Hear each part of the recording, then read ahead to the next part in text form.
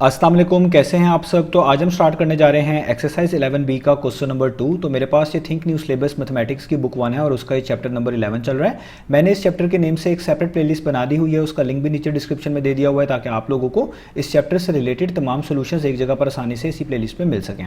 इसके अलावा आपको डिस्क्रिप्शन में मेरे सोशल अकाउंट्स के लिंक यानी मेरी फेसबुक प्रोफाइल, मेरी इंस्टाग्राम प्रोफाइल और मेरा ईमेल आईडी भी मिल जाएगा। आप इन्हीं अकाउंट्स के थ्रू अपने क्वेश्चंस को, सजेशंस को मुझ तक भी पहुंचा सकते हैं। तो आइए स्टार्ट करते हैं क्वेश्चन नंबर 2 को। तो आपको सामने स्क्रीन पर एक इमेज नजर आ रहा है जिसमें क्वेश्चन नंबर 2 की स्टेटमेंट भी मेंशन्ड है, जो डायग्राम उन्होंने दी हुई है वो भी मेंशन्ड है और नीचे इसके दोनों पार्ट्स भी मेंशन्ड है। तो पहले हम स्टेटमेंट को रीड करते हैं, समझते हैं, इस डायग्राम को समझते हैं, फिर इसके फर्स्ट पार्ट से स्टार्ट लेंगे।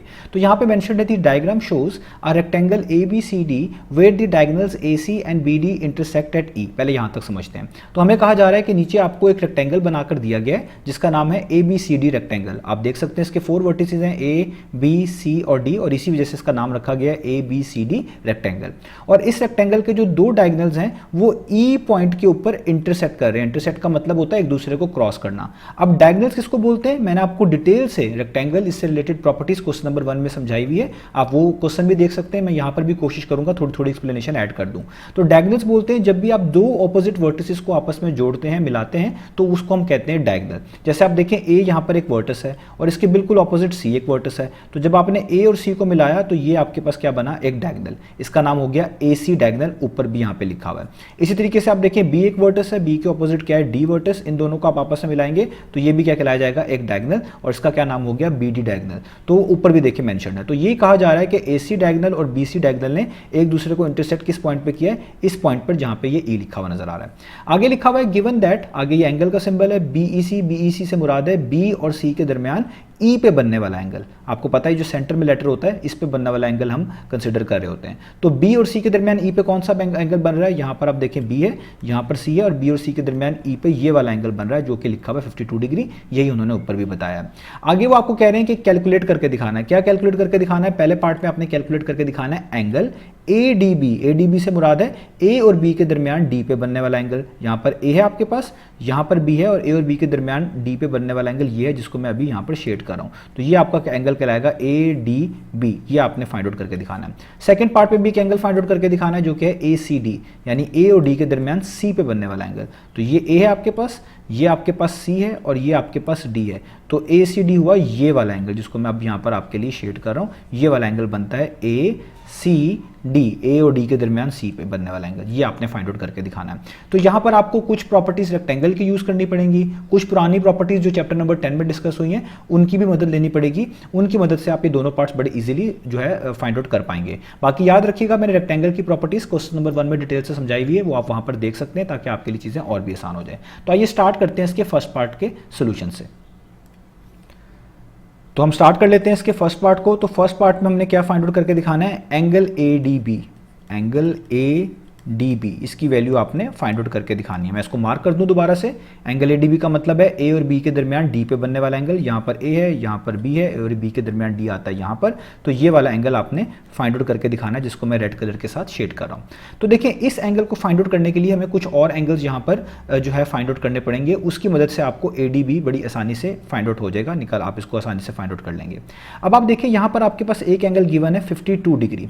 तो ये जो 52 डिग्री है एग्जैक्टली इसके सामने वाला एंगल भी जो यहां पर करके बनेगा ये भी 52 डिग्री होगा। इसकी रीजन क्या है ये मैंने आपको समझाया हुआ है, यहां पे दोबारा से बता देता हूं कि लेट से अगर आपके पास कोई दो लाइंस हो, दो से ज्यादा भी हो सकती हैं, अभी समझने के लिए आप इन्हीं को कंसीडर करें कि लेट से ये हमारे पास एक लाइन है L1 और ये हमारे पास एक लाइन है L2।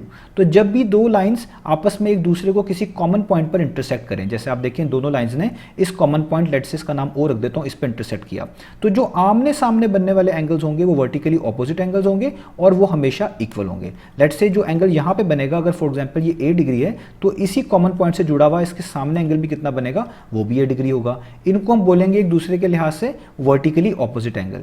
इसी तरीके से जो एंगल यहां पे बनेगा फॉर एग्जांपल इसी कॉमन पॉइंट के साथ जुड़ा हुआ, लेट से इसका नाम B डिग्री रख लेता हूं, तो इसके एग्जैक्टली सामने भी उतना ही एंगल बनेगा जो कि यहां पर होगा, ये भी कितना होगा, B डिग्री। तो इसको हम बोलते हैं वर्टिकली ऑपोजिट एंगल्स, और वर्टिकली ऑपोजिट एंगल्स हमेशा क्या होते हैं, इक्वल होते हैं। तो आप देखिए यहां पर भी कुछ ऐसा ही सिनेरियो है। तो आपके पास जो ये डायगोनल है AC, आप इसको देखें ये इस तरीके से यहाँ पे उन्होंने ड्रॉ किया हुआ है, और दूसरा डायगोनल जो BD जिसके बारे में जिक्र भी किया वो ये आपने ड्रॉ किया हुआ है। तो ये डायगोनल्स एक तरह की दो लाइंस ही हैं जो एक दूसरे को क्रॉस कर रही हैं, एक दूसरे को इंटरसेक्ट कर रही हैं, किस पॉइंट पर, E पॉइंट पर, जो कि यहाँ पर मेंशन है। तो एक तरह की ये दो लाइंस एक दूसरे को इंटरसेक्ट कर रही है कॉमन पॉइंट पर, और इस चीज़ के मुताबिक जो भी आपको मैंने बताया, जब भी दो लाइंस इस तरह एक दूसरे को क्रॉस करें किसी कॉमन पॉइंट पर, तो आमने सामने बनने वाले एंगल्स हमेशा इक्वल होते हैं और उन्हीं को बोलते हैं वर्टिकली ऑपोजिट एंगल्स। तो ये 52 डिग्री के बिल्कुल सामने इसी E पॉइंट से कनेक्टेड एंगल ये वाला बनता है जो मैं रेड कलर के साथ लिख चुका हूं। तो ये भी कितना होगा, 52 डिग्री। तो इसी चीज़ को आप सबसे पहले यहाँ पर मेंशन करेंगे। तो मैं यहाँ पे इसके सोल्यूशन में मेंशन करूंगा कि हमारे पास जो ये एंगल होगा जो E पे बन रहा है किसके दरमियान,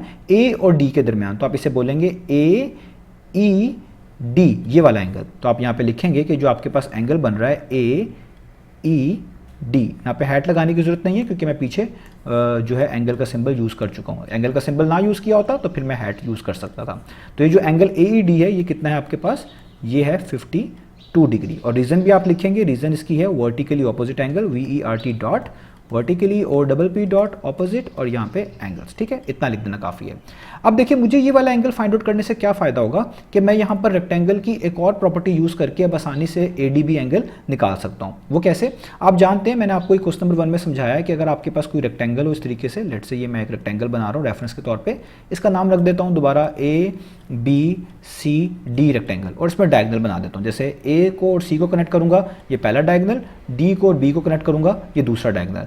तो रेक्टेंगल के जो डायगोनल्स होते हैं ना वो हमेशा इक्वल होते हैं लेंथ में और एक दूसरे को बाइसेक्ट करते हैं। बाइसेक्ट करने का मतलब, लेट से अगर ये दोनों डायगोनल्स ने इस E पॉइंट पर एक दूसरे को क्रॉस किया है तो जितनी लेंथ यहाँ पर होगी A से लेकर E तक उतनी यहाँ पर होगी E से लेकर C तक, जितनी लेंथ होगी यहाँ पर E से लेकर D तक उतनी लेंथ होगी यहाँ पर E से लेकर B तक। तो डायगोनल्स लेंथ में इक्वल भी होते हैं और एक दूसरे के हाफ भी कर देते हैं, बाइसेक्ट कर देते हैं, यानी इनकी तमाम लेंथ्स इक्वल होती हैं। तो इसी प्रॉपर्टी के मुताबिक अगर आप देखें मेरे पास यहाँ पर भी डायगोनल की वजह से एक ट्राइंगल बन चुका है। मैं इसकी अगर आपके पास आउटलाइन बना दूं तो आप नोटिस करें ये एक ट्राइंगल है, AED ट्राइंगल, ये वाला। और इस ट्राइंगल के अंदर मैं डिफरेंट कलर यूज कर रहा हूं ताकि आपको आसानी हो। जितनी लेंथ यहां पर होगी उतनी ही लेंथ यहां पर होगी, क्योंकि E पॉइंट के ऊपर इन दोनों डायगोनल्स ने एक दूसरे को क्रॉस किया था जिसका नाम AC और BD था। तो इस वाली प्रॉपर्टी के मुताबिक जितनी लेंथ यहां पर बनेगी उतनी लेंथ यहां पर बनेगी। तो देखिए इसलिए मैंने यहां पे डबल डैश यूज किया है कि AEB और EDB दोनों इक्वल होंगे, दोनों इक्वल लेंथ होंगे। ये आपको यहां पे मेंशन करना पड़ेगा कि सिंस ये रेक्टेंगल की प्रॉपर्टी की वजह से ऐसा है कि AE इक्वल है किसके, DE के। और रीज़न आपके पास क्या लिखेंगे, क्योंकि जो डायगोनल्स होते हैं रेक्टेंगल के वो एक दूसरे को बाइसेक्ट करते हैं। आप यहाँ पे लिखेंगे इस चीज़ को इस तरीके से, डायगोनल्स ऑफ आ रेक्टेंगल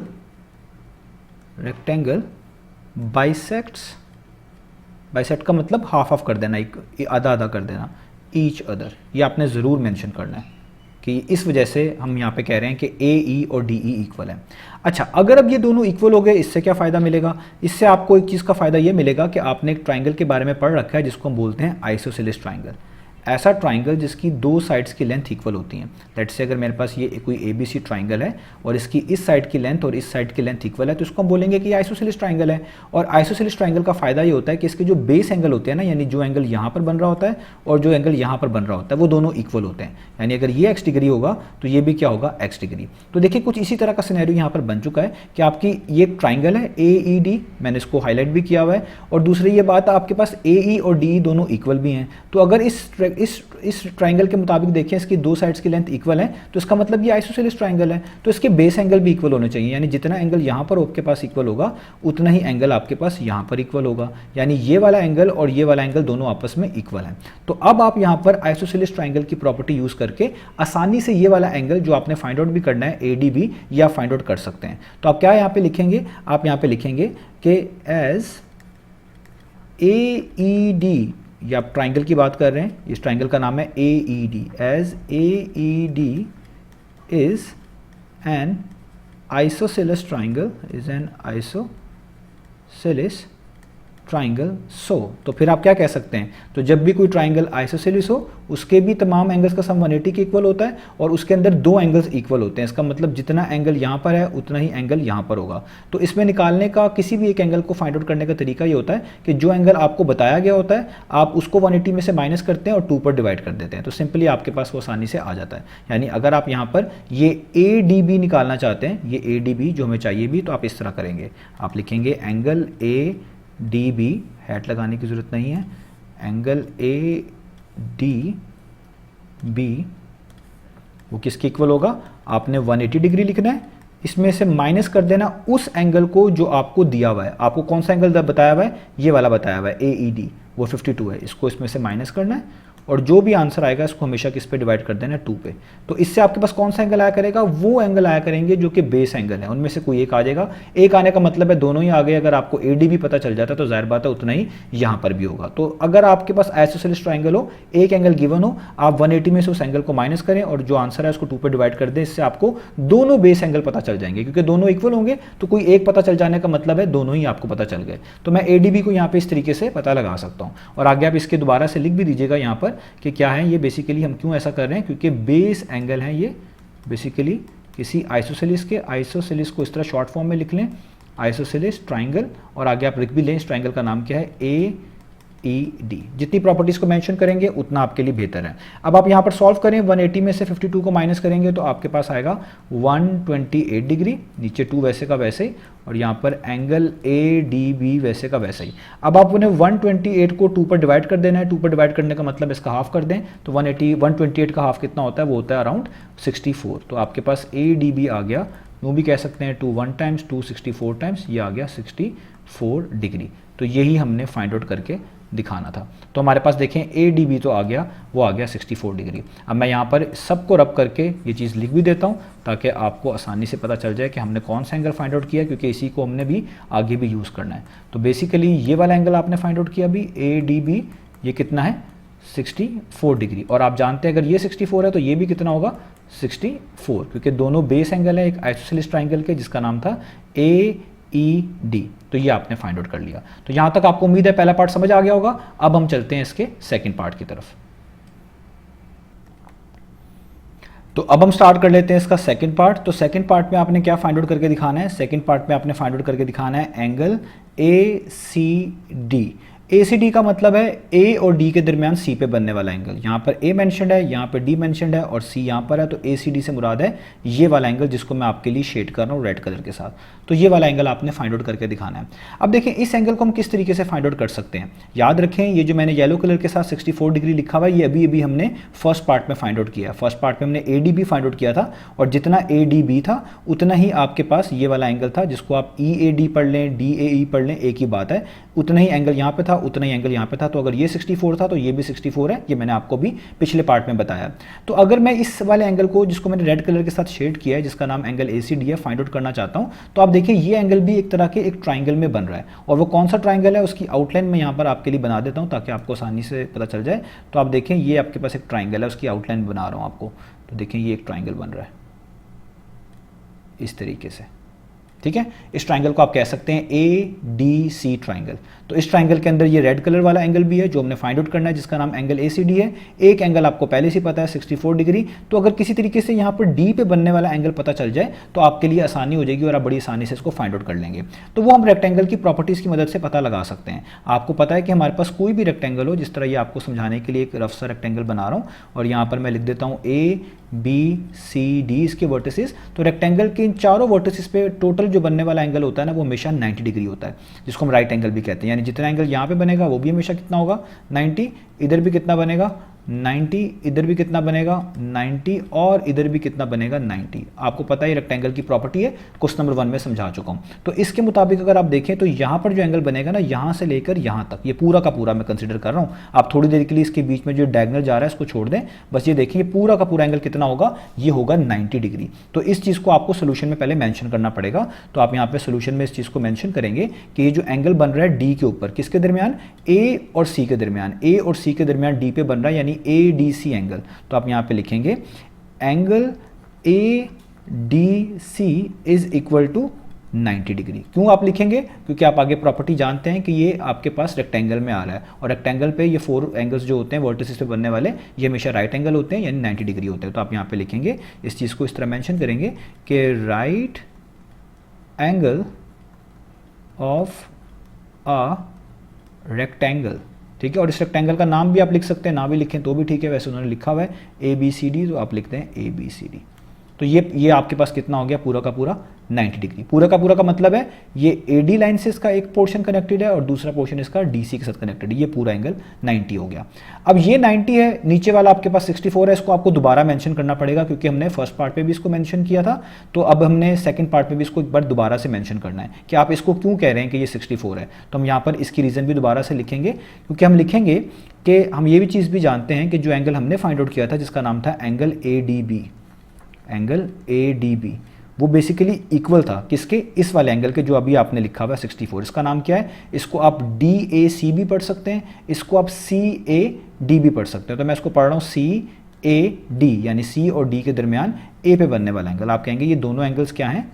ये हैं इक्वल। और इक्वल होने का मतलब है अगर ADB जो आपने फाइंड आउट किया था वो 64 था, तो ये वाला एंगल जो पहले से लिखा हुआ है CAD, ये भी कितना होगा? ये भी 64 डिग्री होगा। और आगे रीज़न क्या लिखेंगे? क्योंकि ये बेस एंगल थे, क्योंकि ये थे बेस एंगल किसके? एक आइसोसेलेस ट्राइंगल के, ऑफ आइसोसेलेस ट्राइंगल। और उस ट्राइंगल का नाम भी रख दें, उसका नाम था AED।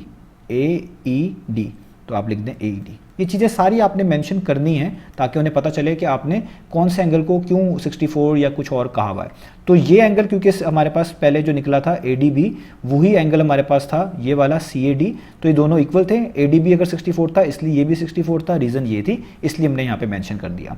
अब हम जो ट्राइंगल कंसिडर कर रहे हैं उसकी आउटलाइन मैंने बना दी है, दोबारा से बना रहा हूँ, वो ये वाला है, ये वाला। और आपको पता है ट्राइंगल की एंगल सम की प्रॉपर्टी ये होती है कि कोई भी ट्राइंगल हो, चाहे आइसोसेलेस ट्राइंगल हो, चाहे कोई भी ट्राइंगल हो, उसके तमाम एंगल्स का सम हमेशा किसके इक्वल आता है? 180 डिग्री के इक्वल। अब हम यहाँ पर यही प्रॉपर्टी यूज़ करेंगे, तो हम लिखेंगे हमारा वाला एंगल जो कि मिसिंग है, जिसका नाम है ACD। सबसे पहले इसको लिख लें ACD, इसमें ऐड कर दें ये वाला एंगल जो कि रेक्टेंगल की वजह से हमें पता चला था, जो कि 90 है, प्लस 90, और ऐड कर दें ये वाला एंगल जो हमने आइसोसेलेस ट्राइंगल की प्रॉपर्टी की मदद से पिछले पार्ट में निकाल लिया था एक तरह का 64।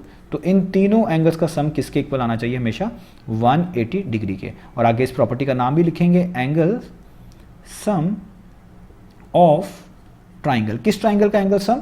अब इस ट्राइंगल को आप देख लें, आप कह लें ACD कह लें तो सही है, DAC कह लें, CAD कह लें, कोई भी इसमें इशू की बात नहीं है। तो मैं इसको कह रहा हूँ मिसाल के तौर पे हम कह लेते हैं CDA ट्राइंगल, CDA ट्राइंगल, ठीक है। आप कुछ भी कह सकते हैं, ये बस याद रखिएगा उन्हीं वर्टिसेस को चूज़ करिएगा जिसके अंदर ये ट्राइंगल बन रहा है, जिसकी बाउंड्रीज इस तरह कनेक्टेड है आपस में। तो CDA ट्राइंगल, ठीक है। तो अब आप इसको यहाँ पे सॉल्व कर लें। अब यहाँ पर जस्ट 90 को और 64 को पहले आपने ऐड करना है। तो 90 प्लस 64 कितना होता है? वो होता है 154 डिग्री। और यहाँ पर आपको एंगल ACD को वैसे ही उतारना पड़ेगा, इधर इक्वल टू का साइन वैसे ही, 180 डिग्री वैसे का वैसा ही।